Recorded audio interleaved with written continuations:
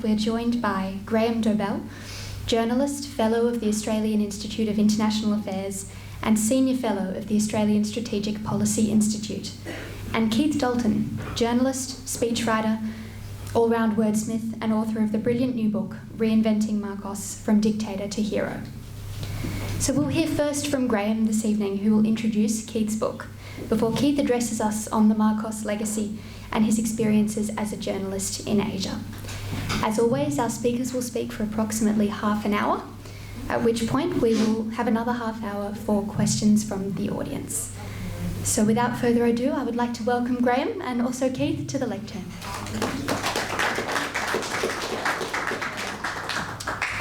Well, you're in luck because because I spent 35 years in radio, including one period when Richard Bronowski was my boss. I know that radio is to be done short and sweet. So my presentation to you will be short and sweet to give you more time to go at my colleague here. And I wanted to start with, normally when you do one of these, you talk about what a privilege it is to be here.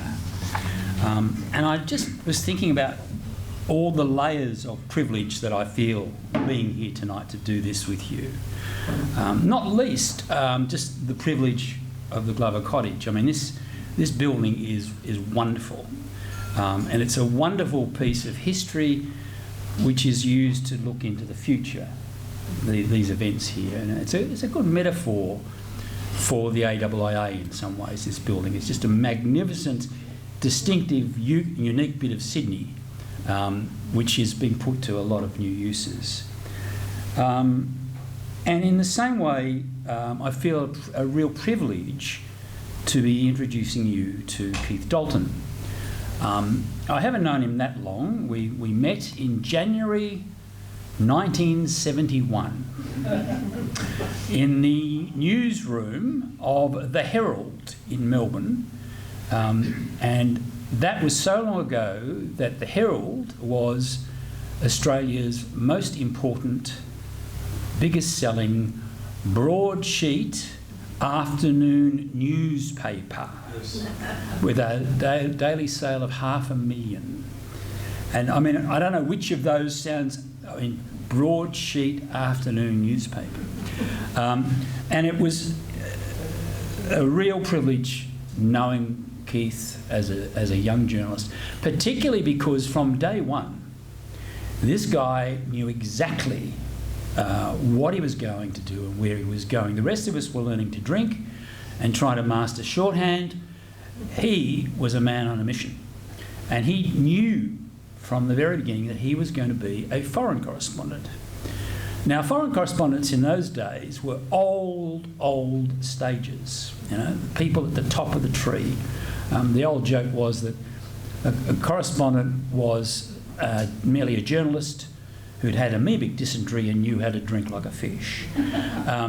Keith, though, was going to get there as quickly as he could, and he did.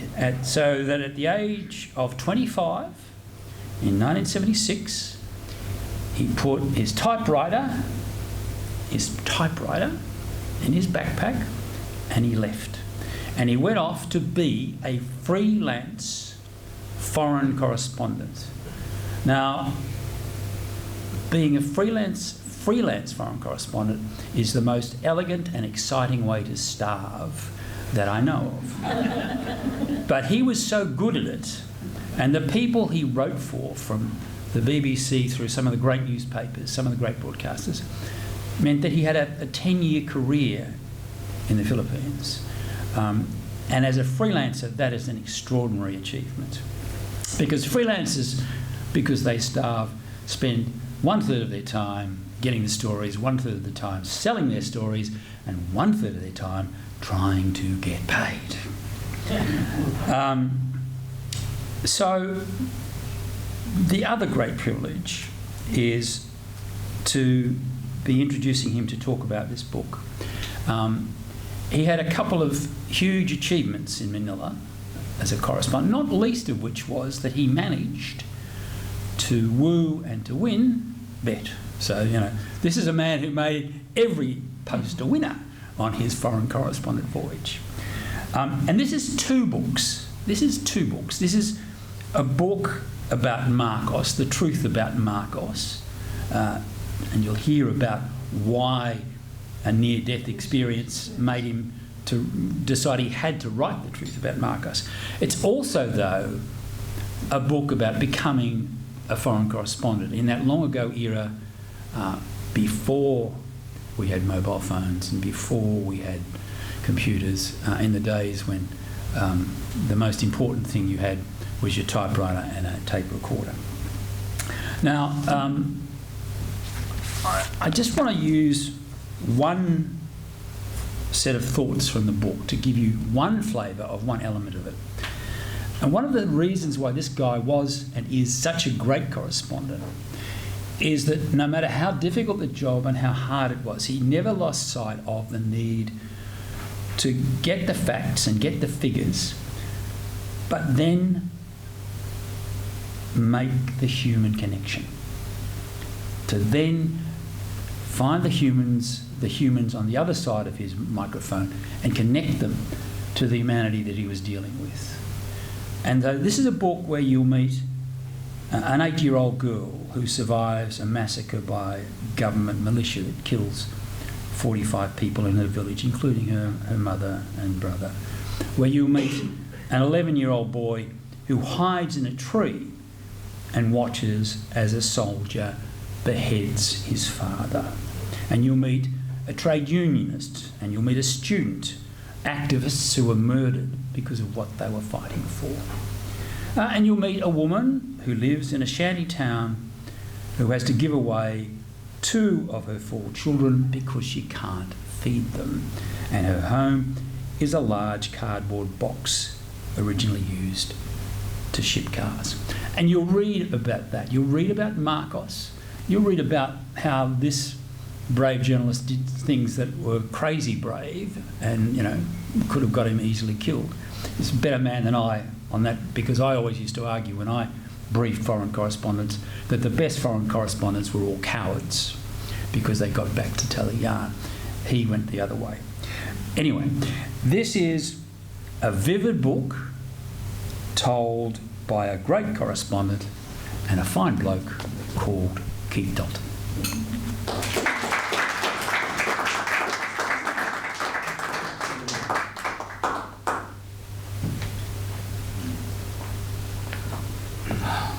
Thank you, Graham. Thank you for the Institute for allowing me to speak today.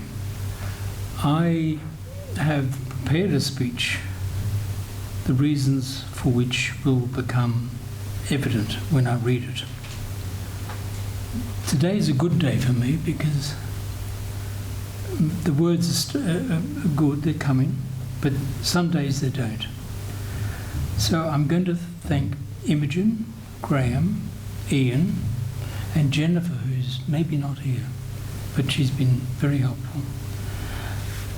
Let me begin by saying that this book has a history of its own. I never intended to write it. I never wanted to write it until I felt I needed to write it. This book has everything to do with my ill health. I have not been on a plane for 15 years, but I have frequent flyer points at Royal Prince Alfred Hospital.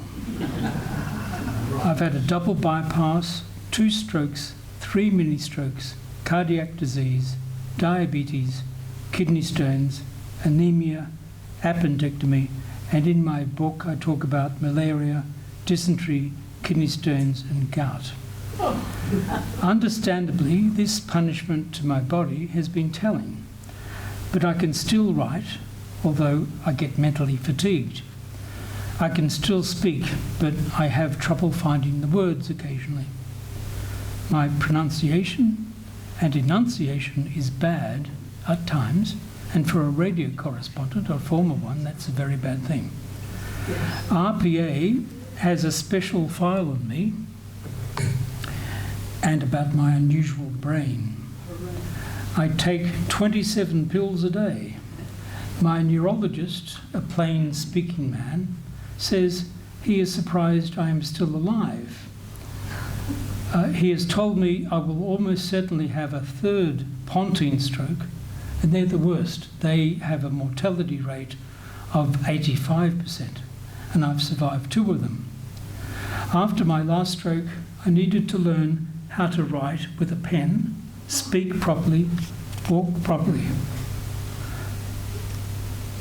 My gait is bad, and so is my stamina. Nevertheless, I have got to thank my appendectomy for this book. Normally, an appendectomy is an overnight hospital stay. I stayed 22 days in hospital. For 5 days, a nil-by-mouth patient. I was fed by tubes while the doctors worked out how to keep me alive on the operating table. I was semi-conscious. I had visions, not dreams, not hallucinations. They were visions. They were so frequent, day after day, night after night. I always had the same visions of the Philippines, the same victims, the same survivors, people I had not even thought about, and events that happened 40 years ago. I took it as an omen. I'm not religious or superstitious, but I can take a celestial hint to do what I had to do before it was too late. I asked a nurse for some paper and pen, pulled the bedside table across and began to write. Word spread among Filipinos, especially the nurses, and you know Filipino nurses hold up the entire hospital system, that I was writing a book about the Philippines. And of course the nurses came in and asked me questions. And I always, because they were different nurses on different days, and I always told them about Marcos, who suffered from the kidney disease lupus. And you treat lupus with a dialysis machine. At that time in the Philippines, there were 3 dialysis machines. Marcos had one in his bedroom. Marcos had one in his hospital bus with his 25 other vehicles in his presidential garage. And there was one other, one in downtown Makati in the financial district, which was shared among 55 million Filipinos. So the question I had after having all these visions was, how was I going to make this relevant to today's Philippines? Because I was conscious, and it's possibly why I was having these visions, of the emergence in the Philippines of Bongbong Marcos, the son of the dictator. And he rose to power through a premeditated, coordinated, synchronized social media disinformation campaign that totally transformed the real Marcos into a man who never was. And that's what prompted, actually it was probably more than anger that probably prompted me to write this book, more than anything else. So I realised that that was the best way to write the book, talking about what I knew the real Marcos was 40 years ago and what Filipinos were being told about it through social media today. Social media has mythologized and propagandized Marcos and his regime. He's been transformed from a dictator into a hero, from the worst president in modern Philippine history to the best. Social media says he presided over a golden age, and I saw a bloody age. This social media legacy, as I say, helped Bongbong Marcos win the election. I was saying earlier today to some people here that Marcos did not even bother to debate a fellow candidate. He hardly held a press conference. He knew it was a shoo-in. The election was there for him to win. I had to counter the lies with the truth. I knew what happened. I was there for half the 21 years Marcos was in power. The problem is Filipinos spend over 3.5 hours every day on social media. is 1 hour more than the international average. They spend more than 6.5 hours on the internet every day. Social media, 3.5 hours. They get their information, their knowledge of Marcos from the internet. I wrote this book in less than a year, about 11 months, from the first days in hospital to the time I took it home. I believe, as I said to someone today, that I believe it's my best ever journalism, but it's also been the most disheartening thing I have ever done. I spent 2 years trying to publish it. I was turned down by more than 80 publishers and 75 literary agents in Australia, Britain, the United States, Canada, Singapore, and the Philippines. In desperation, I thought I was running out of time. I sought out a hybrid publisher, combination of a little bit of money from me, some money from them. Publisher called Shoreline. A year ago, Bob Barker, I understand, addressed this meeting. Bob Barker was a lucky man. He wrote a book called Tomorrow There Will Be Apricots, which is the Middle East equivalent of Pigs May Fly. And Bob was a lucky man. He was one of the last people to be published by Shoreline. I wasn't. I lost $16,000 when Shoreline went bankrupt. I had no choice. I became a self-publisher by happenstance and a self-publicist by circumstance. But the worst thing about being a self-publisher is you don't have the backup that a publisher, a real publisher, provides. There's no publicity or marketing units. You're on your own. Sell your book as best you can. However, don't try to sell it to any major book chain. You can only sell it to independent publishers. I spent hundreds of emails. That's hundreds and hundreds, not just hundreds and hundreds of emails around Australia particularly and internationally to try to drum up business in this book. Today, it's available in 2 bookstores in the Philippines, in a country, only in Manila, in a country of 115 million people, only 2 bookstores sell it, and I have to give it to them. It's on consignment. I have to buy the book, air freight it to them, and they have the good deed to to try and sell it. And I'll only be paid if they sell the book.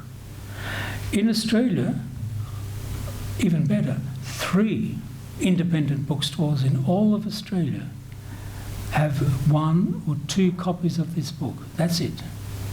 That's the end of it. That's why I'm a little bit frustrated. My quandary, and I wrote it down here, my quandary is this. Independent bookstores only accept books on consignment. I must pay for them up front. I must pay the air freight costs. I'm a pensioner. I don't have a lot of money. I lost $200 trying to do this, to send the first batch of 20 books to the Philippines, and they never arrived. I lost $200. I had to send another 20 books to the Philippines that arrived 4 to 5 weeks late. So it's a little bit difficult to try and sell a book certainly in the country, in the Philippines in particular. What I've written, as Graham referred to, was, in one way, it was the making of a foreign correspondent, and in some respects, I know I've been a little bit different. It's dominated by 2 things initially in my childhood. One was, I knew exactly, as Graham said, when I was 10 years old, that I wanted to be a foreign correspondent. I didn't want to be a journalist. I didn't want to be a writer. I didn't want to be an author. I wanted to be a correspondent in a foreign country, reporting on the news in that country for a world audience. The other thing that created what I was at that early age was football. I have a deep abhorrence, bordering on hatred of football. When I was 15, I remember it's one of those where I was, what I was doing moments. I was 15, it was in my mother's kitchen, and the ABC News Bulletin was on. The first item, the very first national item on the news, on the ABC, was a footballer's groin injury, which was going to stop him playing in a match that weekend. Now, apparently to the ABC, there was no more important story in Melbourne or Victoria or Australia or internationally. There was not a coup, there was not a revolt, there was not a flood, there was nothing more important than a footballer's groin injury. And I remember right there, right then, I made a vow to myself to leave Australia. I couldn't, this idolatry, this semi-religiosity, football, every mark is analytically analysed, every footballer was seen as some sort of demagogue. I couldn't put up with it.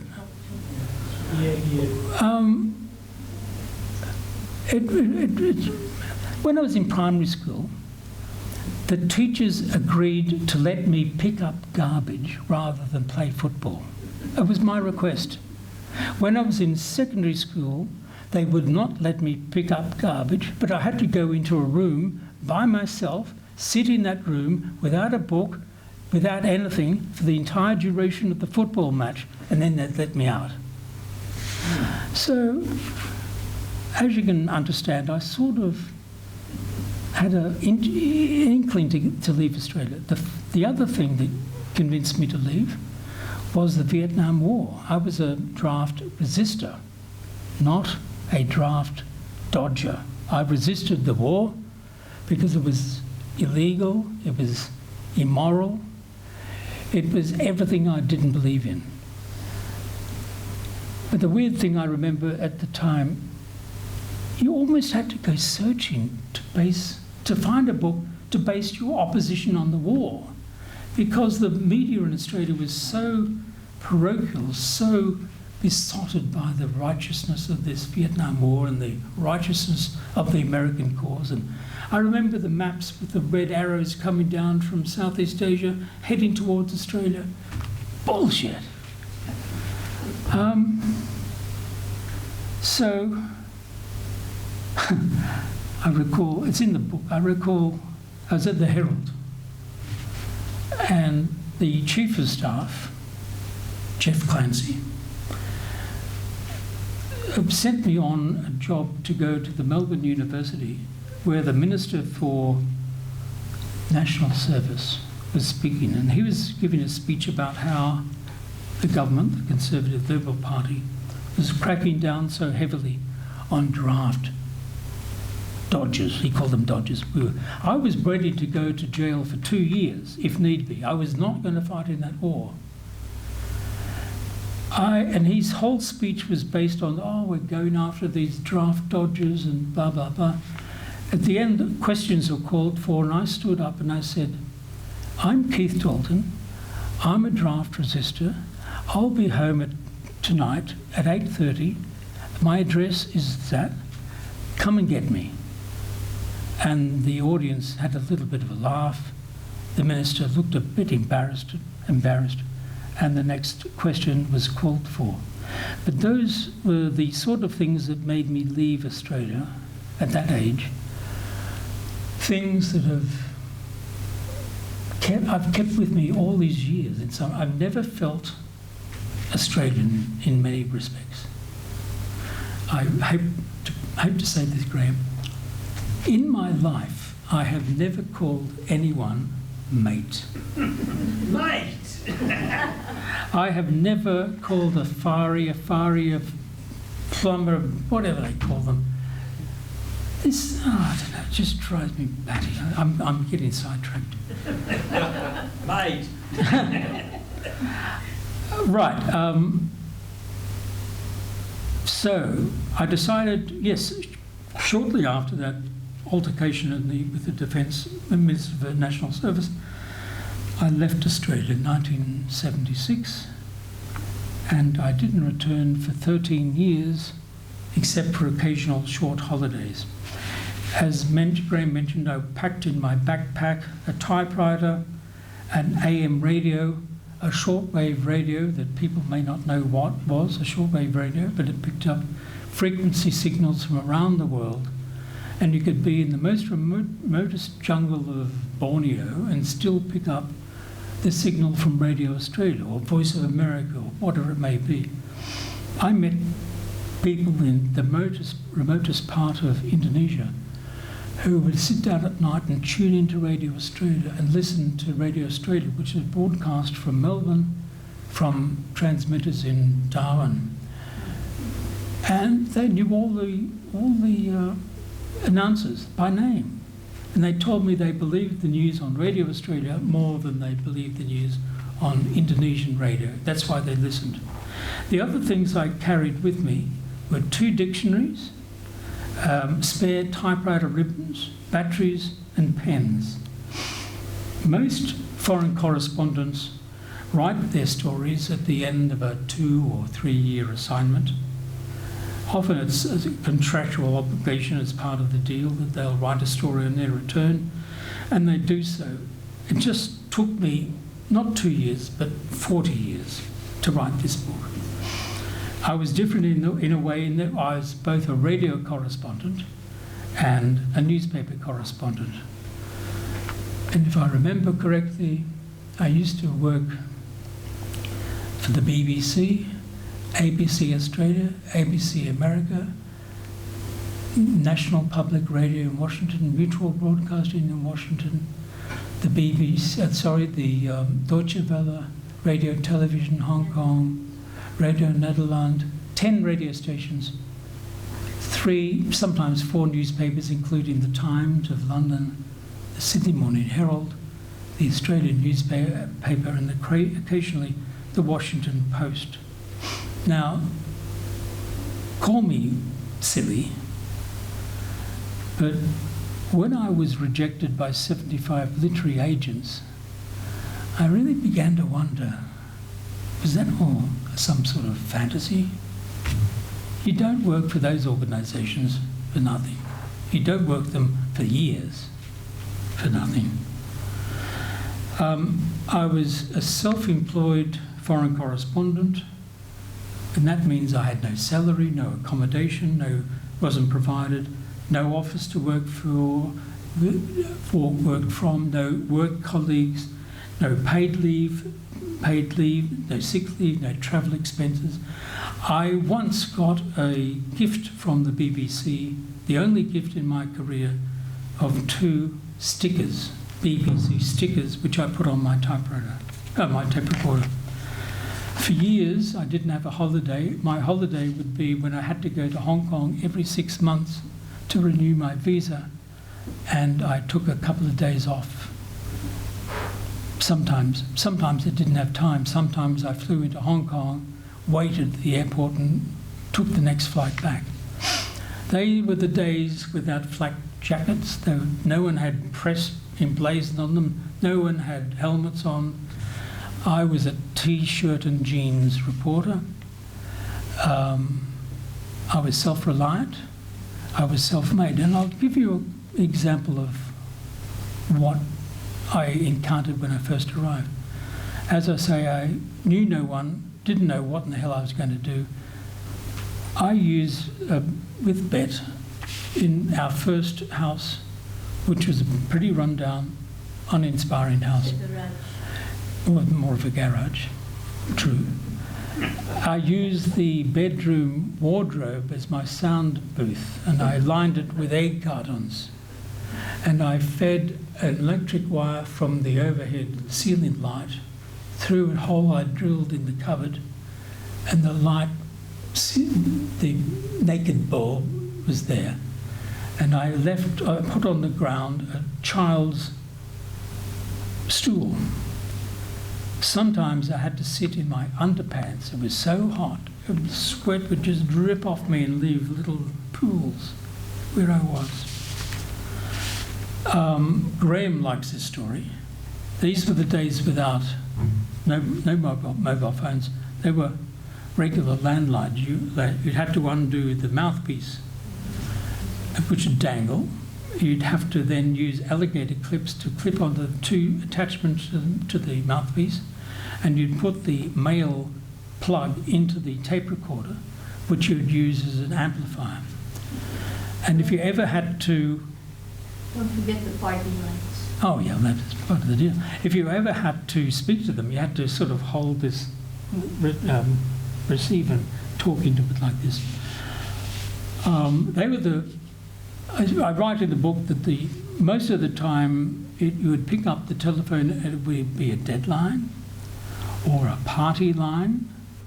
You'd hear people, neighbours, on chatting away. You'd have to ask them to put the phone down so I could make a call. A busy line, which is beep, beep, beep, or a total deadline, just complete silence. And you'd sort of sit there thinking, oh, God, 10 minutes, 15 minutes, get by. And I'd rush next door to the neighbour and said, is your phone working? And their phone wasn't working either. None of the phones in the neighbourhood were working. So I'd have to jump in the car and drive all the way down to UPI, United Press International. And their phones always seemed to work, and so I would use their phone. And by the time I got there, the story was, I was almost right on deadline. It was quite a hurried effort at that stage. There's lots of stories I could tell you, but I don't know why I put this here, but I have, and I'll talk about it. I'll read it. The book was published in November. Since then, I have not had a single media inquiry in Australia or the Philippines.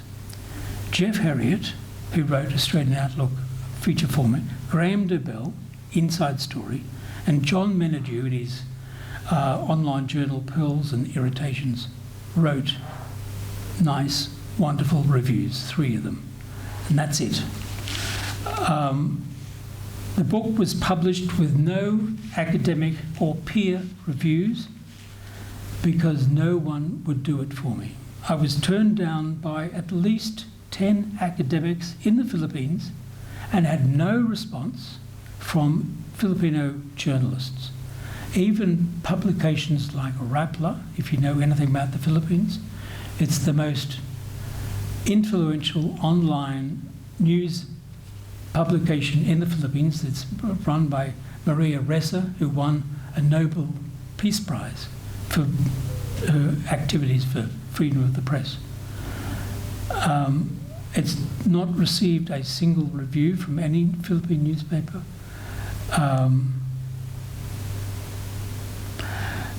And what surprised me also, that I've sent out scores and scores of media releases. I'm a journalist. I think I know how to write a media release. And it has not been picked up by anyone at any stage. I sent more than 20 emails and letters to Australian journalists, broadcasters, authors, all of whom did not respond. Didn't respond, sorry, but no. Did not respond, period. Most of them from the ABC. I'm embarrassed to say that when it was published in November, I was the only person to have read the final draft. I tried and I tried to get journalists in the Philippines, in Australia, overseas, to read the book. No one would. So you can imagine what that did to my self-esteem. I published this book, self-published this book, as I say, not to make money, but to change minds. But how in the hell do you change minds when people don't even know it exists?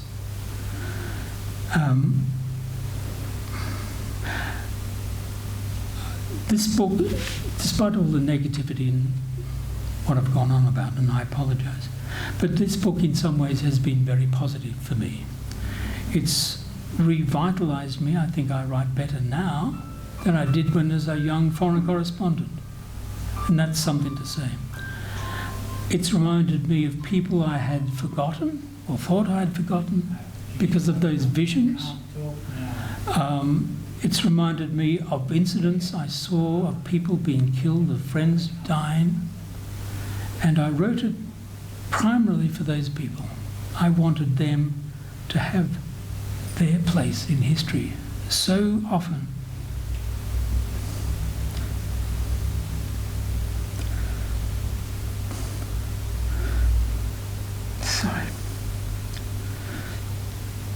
so often it's the human stories that get left behind. In the dedication of this book,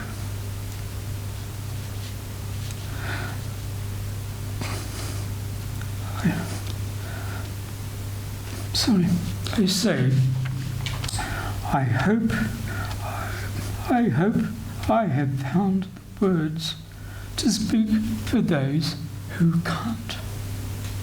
Thank you.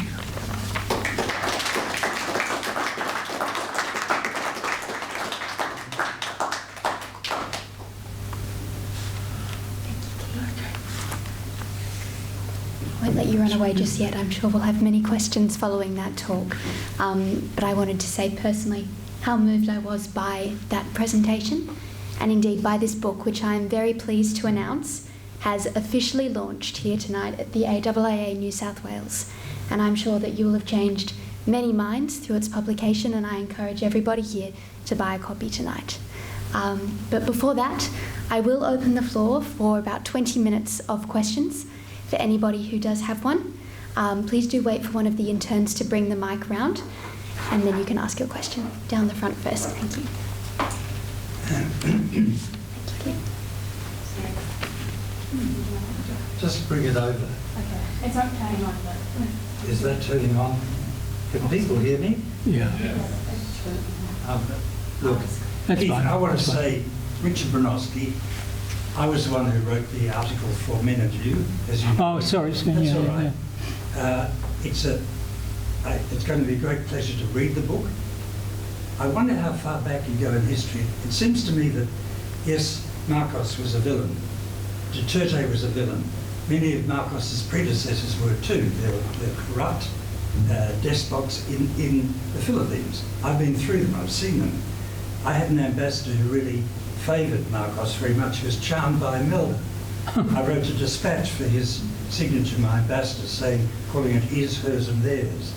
He didn't only not publish it, he tore it up.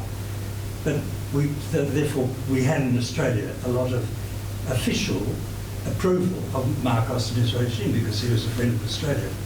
How far, I wonder, in your book, my question, do you go back as far as Aguinaldo? Oh, no, no. You don't? No. When the Spanish-American War No. took place? I specifically did not want to do that. Fair enough. Because my knowledge, my experience was based on those 10 years. Yeah, I understand. When Bongbong was saying what a wonderful time it was, what a golden age it was, I knew it was a bloody age. This was and a I could. whitewash.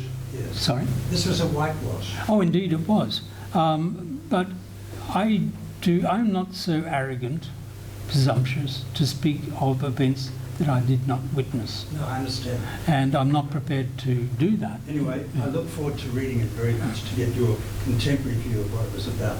Thank you very much. You're welcome.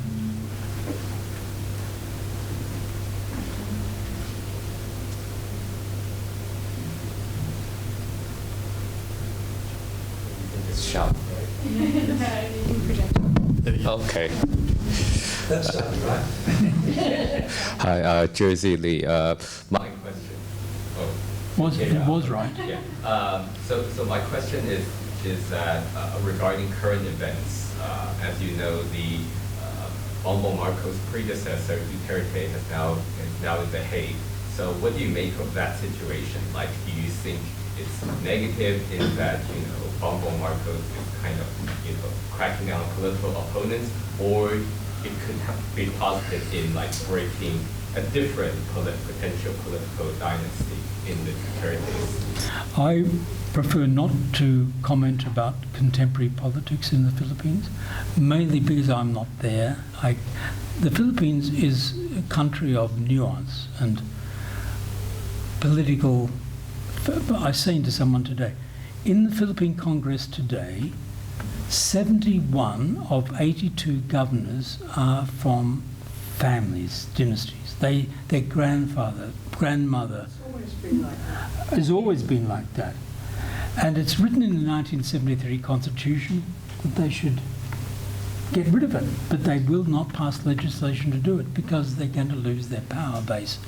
Getting back to the reference to current events, I often say that amnesty figures, which I find a little bit conservative, but they put Marcos's, the killings of people, Filipinos, under the Marcos regime, I think it's around about 5,700 or something like that, which would make it considerably less than Duterte, who they think has possibly killed 30,000 people. So in terms of body count, Duterte wins. But what I experienced in the Philippines, I could not see a parallel prior to Marcos. Marcos buggered up the democracy in the Philippines. Totally did, in every sense of the word. And since, the only good thing that's happened with Bongbong Marcos is that not only was he elevated to a position that he was eminently unsuitable for, he had no... I told someone, he was there when I was there. He was 28 when Marcos was overthrown. He claims he doesn't remember. I wrote all about Marcos. I remember. He saw what went on. He was a champion beneficiary of martial law in Marcos and his mother. So for him to suggest that he obtained power or held on to power through the brilliance of his mind, it's not true. He didn't pass his Princeton course at university. I interviewed his sister, Amy Marcos, who was much more intelligent than him, and she was being groomed, so it seemed, to succeed Marcos. She was miles ahead of him in terms of intellect. He was a nincompoop. He spent more time out of the Philippines in those years than he did in. He played provincial politics. He became a vice governor of his father's province. If you look at the book, what is it? In the last 41 of the last 50-something years in Ilocos Norte, Marcos's province, has been a Marcos relative or family member. 41 years of 50-something years. And as I said before, the governorships are there for people to take. I make quite a deal about dynasty politics in the book. I refer to it as equating it to a political merry-go-round. And only the rich can play on the merry-go-round. Only the rich can get on the merry-go-round. Everyone else can't. They can't. Once the rich get on board, they tend to stay on board. They cling to power because they love the trappings of power. And only when they get off, they pass the baton to their son or their nephew or their cousin. And it goes on and on and on. I was saying to someone today, there's a quote in the book where I quote a governor saying, introduces me to his son, and he said, and he will replace me when I'm governor. I would have thought there's a little thing like an election before that, but it's like a preordained destiny for these rich people, these aristocrats, to assume power. It's their moral right. It's like maintaining their political pedigree, and they all do it. And the Philippines is so poorly done by as a result of it. Next question.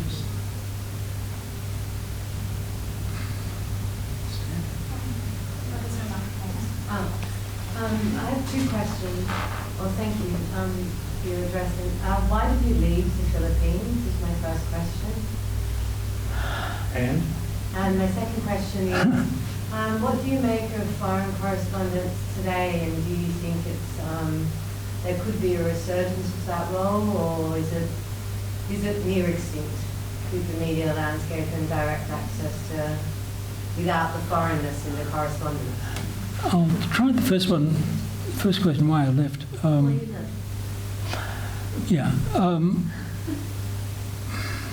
I was, I think, a little bit burnt out. I'd covered Marcos and the regime for 10 years, and I was tired, I think. Cory Aquino came to power as a result of a people power revolution that people didn't think would succeed. And it had everything going against it, in fact. It was strange circumstances that brought about the people power revolution. It began with a military coup under Enrile, the defence minister, which didn't succeed, and he managed to bring in the Deputy Chief, Armed Forces Chief of Staff, General General Ramos. And together they created a rebellion which enticed the people with the encouragement of the Cardinal, Roman Catholic Cardinal of the Philippines, Cardinal Sin, who got on Radio Veritas and told the people of the Philippines to come down, support the soldiers, they're your friends. And they brought down things to eat, and it was very festive. It wasn't like a revolution's really meant to be. Bet was there. Bet, I quote her in the book as saying, sorry, I would have never thought of that. Bet was there, and I remember she said, I'm here at EDSA, which is the highway in Manila, where the revolt occurred, and she said, I'm prepared to die. If I have to die, I'm prepared to die. This is our chance to get rid of Marcos. And I knew I couldn't dissuade her, because she was there with two of her other friends. And I remember giving this stupid advice, like, if they toss tear gas, wet rag and cover your mouth, and if there's stampede or strafing, try and get out of there. But what people didn't realise, that Marcos had actually instructed the Air Force to strafe the demonstrators down there, but he was unable to do so because the chain of command was so wobbly. There were people who were accepting him as a leader, as a commander-in-chief, others who were not. It was a very volatile, a very tumultuous period. And when Cory Aquino came to power, the people who helped support her were the RAM, the Reform the Armed Forces movement of the Philippines. And they had the aura of white knights on shining armour going off into battle, defending democracy. They were thugs. They were in the employ and devoted to the Defence Minister Enrile. They hoped to ride to power on his coattails. They had a reputation of going out at night and killing people in hit squads. A lot of this stuff was hard to qualify, what's the word, I'm forgetting the word. And this is one thing about the foreign media at that time. The foreign media, a lot of them were what I like to call, what they are called, firemen. They come in when the fire is happening, and they're assumed to know what's going on and know the background. And there were occasions when the ABC correspondent, I remember,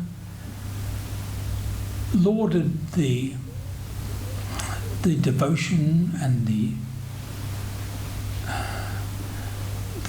correct political attitude of these RAM people. He didn't know the background to RAM. He just saw the headlines and thought these guys were good. When Cory Aquino got to power, she spent the first year fighting off 6 military coups, attempted military coups. At least 3 of them were instigated by RAM people. One of the small revolts led to the dismissal of Defence Minister Enrile. So it was a year of political turmoil. It's like it never ended. You just turn your back and there's another revolution. What was also happening at the time was Saddam Hussein decided to invade Kuwait, and the world's attention moved across from the Philippines to elsewhere, and it became more difficult to try to sell stories to an international audience. And I was fed up with the society in a way, in that they were prepared not to take advantage of the people power revolution, which was totally unprecedented, but it also raised they never talked about the possibility of, they had the chance, Marcos had gone, they had the chance to sit down and think about a new government, a new form of government. But instead of thinking about a parliamentary democracy, they just went back to the old style American way of doing things. The Constitution was almost a carbon copy of the American Constitution. Everything was American, therefore we'll just go back to what it was. So what happened is all these behind the scenes power elites that kept beneath the surface when Marcos was there, they re-emerged, and they all wanted to take power in certain ways. And it was just so, I just was so annoyed that a golden opportunity was lost because of such short-sightedness. And Filipinos, I'm sorry to say, have a very short attention span.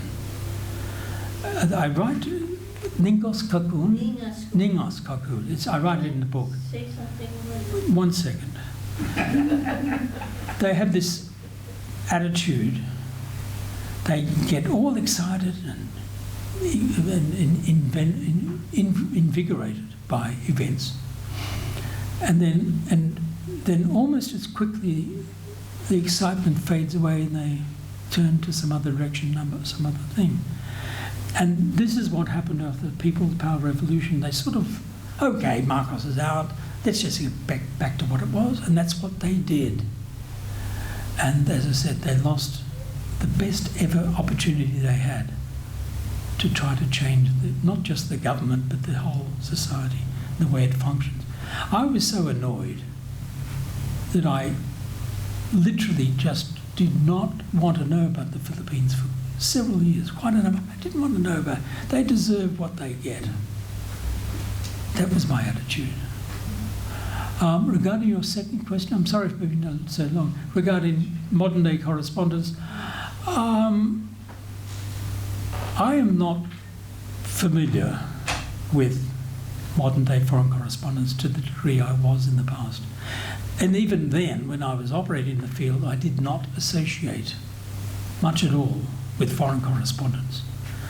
I lived with a Filipina in a Philippine compound, mainly middle-class Filipinos, rarely saw fellow foreign correspondents. They had a Foreign Correspondents Association meeting every Friday night.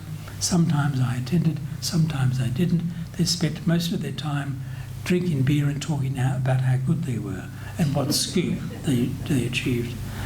I found it very boring, and it wasn't my crowd. I've never been a self-promoter, and you have to be a pretty good self-promoter to be a correspondent in the field. Plus, I would have been the youngest foreign correspondent, and by the time I left, I was one of the oldest. So I'd seen the progression. I'm not too sure that answers your question, but there's a transitory nature about foreign correspondents today. They're sent off to a country, they become instant experts, and then they go to another country. And at no country do they spend, it seems to me, more than 2 years, 3 years at most.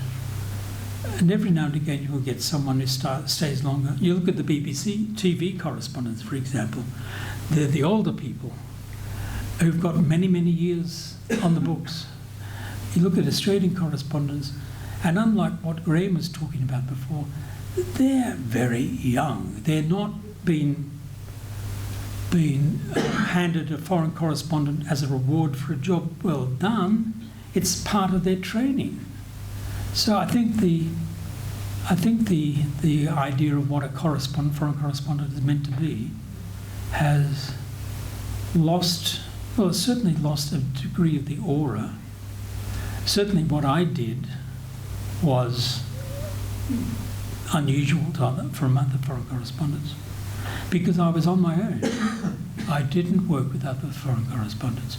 My contacts were priests and nuns and academics and workers. My biggest contact, and you'll hear it in the book, was a sister Mary, who provided the best scoops I ever got. She was in Manila, but boy, she knew her rebel politics. She was a left-wing nun and very proud of it. End. We have time for one more question down the front. Thank you, Justin. Can we please hear from Bet about what it's like to be the wife of a foreign correspondent? Yes. Oh my God. Come on, take the... Do I have to state it? Of course, My voice and is speak very into the loud. microphone. Come on. Off you go, come on. Let's help with the microphone. Oh, sorry. You do what I didn't. Okay. He's the quiet type, I'm the loud person. That's the difference. Anyway, I came from a private school and grew up and went to University of the Philippines. Now, during that time, even when I was in grade school, I was already a sort of a rebel. I would do things that other people wouldn't do at all. You know, like nuns would always ask me to come to their office, and I get whipped all the time. You know, because I do not instigate the quarrel, but I will fight you if I have to. You know, that's my kind of nature. But anyway, going back to Keith, what was your question? I'm sorry. How I felt during the... What it's like being the wife of this foreign correspondent, this one. I presume that's the only foreign correspondent. Right, yeah. Yeah, when I met Keith, I didn't think he was a correspondent whatsoever, you know. But things just told me that this guy's very formal, and because he had a beard, which I don't like much, and he was more of a kind of a person like he doesn't talk much. He tends to ask questions rather than him imparting himself towards others. And this really intrigued me a lot. I have a lot of boyfriends then, but I thought, hey, this guy is so intellectual. After we spoke down the beach, in one of the beach in La Union, and the whole time from 6 o'clock in the evening until 7 o'clock in the morning, I was just picking his brain, constantly picking his brain. And I thought, this guy's very interesting. But anyway, then he decided to stay back in the Philippines because he just had this 21 day or something like that, and he has to go to Hong Kong to renew his passport and come back again. Now, in the end, we got married, and during the time when I knew what Marcos was like, during that time when he came in, you could hardly talk about Marcos at all. You can never say anything about the government.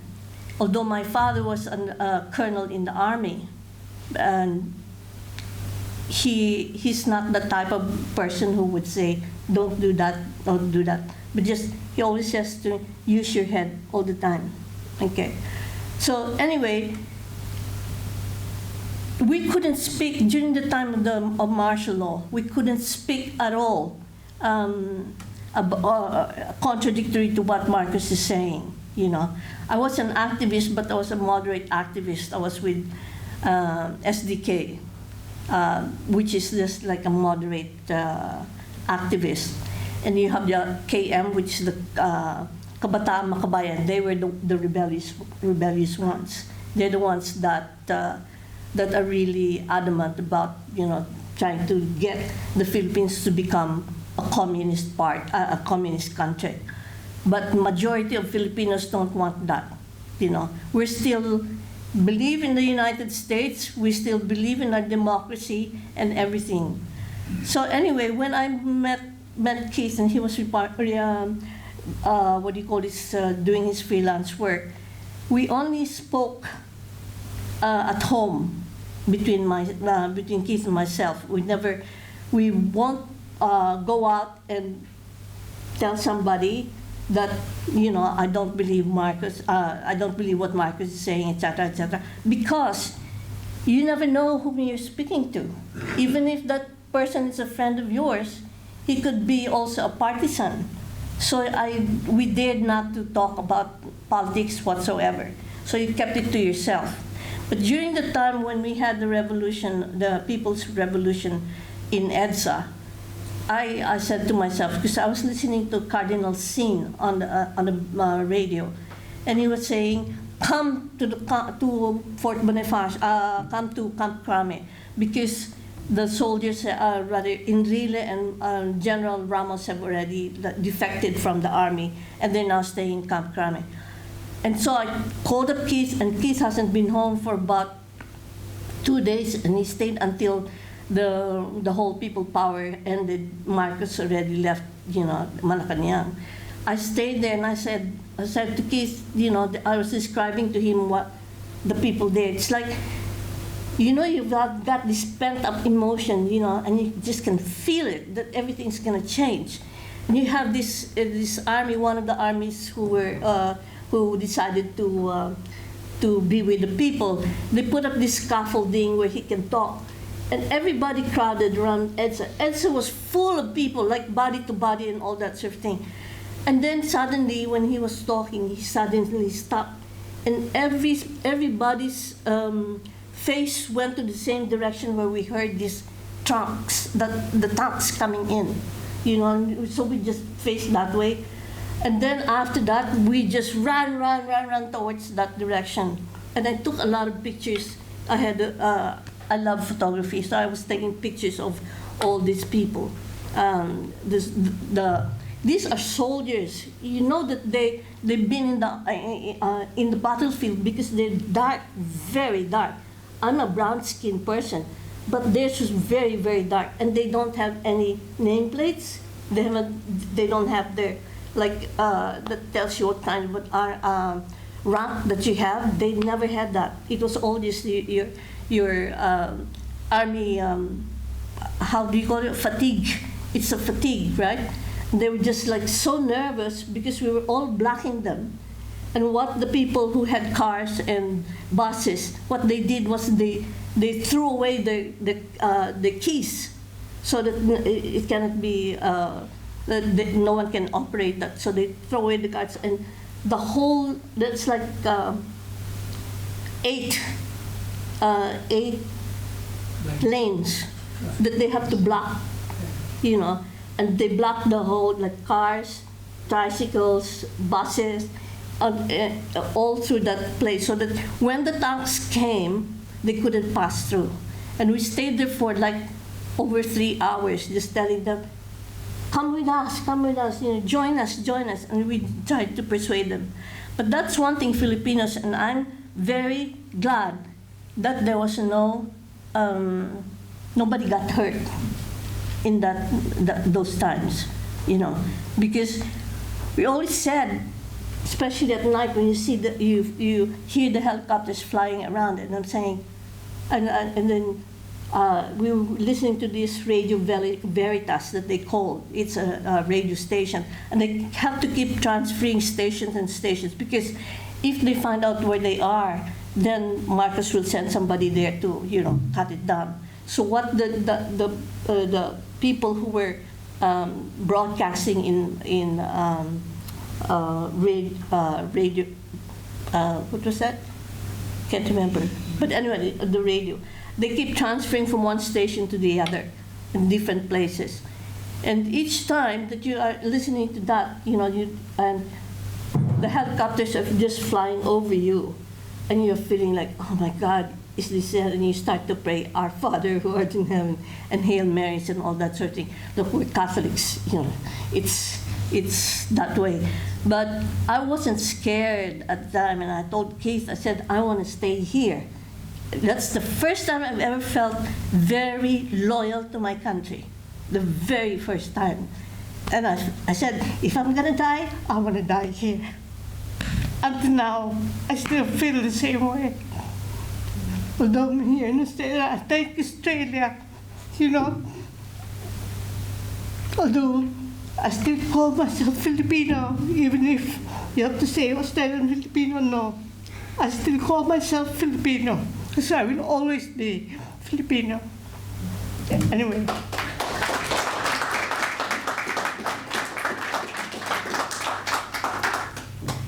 Thank you to our not two but three guest speakers this evening. We've been very lucky to hear from everybody tonight. So thank you, Bet and Graham and Keith as well. That was very moving. I would like to just take this opportunity to remind everybody that our next publication of Columns from Glover Cottages will be coming out in 2 weeks' time after a quick break for Easter. And then following that, we have our intern debate on the 6th of May, which will be discussing the issue of protectionism and free trade. So I do encourage you to come along if you are available. We have run quite late tonight, but before we do leave, I'd like to invite one of our interns, Charlotte, to move a vote of thanks for our speakers.